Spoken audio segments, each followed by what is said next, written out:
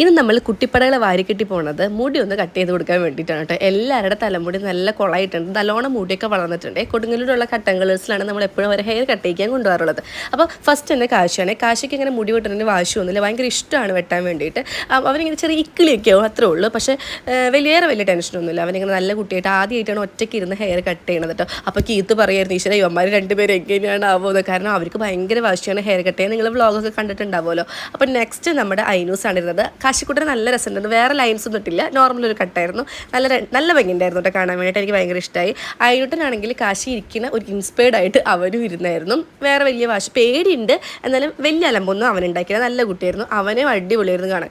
പക്ഷേ നമ്മുടെ അല്ലൂസ് ആണെങ്കിൽ ഒരു തരത്തിൽ സഹകരിച്ചിട്ടുണ്ടായിരുന്നില്ല, കാരണം അവന് മുടി ഭയങ്കര പേടിയാണ്. ഒരു മുടിയൊക്കെ എടുക്കണമെങ്കിൽ ഭയങ്കര പേടിയാണ്. അപ്പോൾ അവന് പേടിയും വാശിയും കൂടിയിട്ട് 1 മണിക്കൂർ എടുത്തു കേട്ടോ. ശരിക്കും പറഞ്ഞാൽ മുടി വെട്ടി തളർന്നത് ഞങ്ങളും ആ ഹെയർ കട്ട് ചെയ്ത ചേട്ടനായിരുന്നു കേട്ടോ.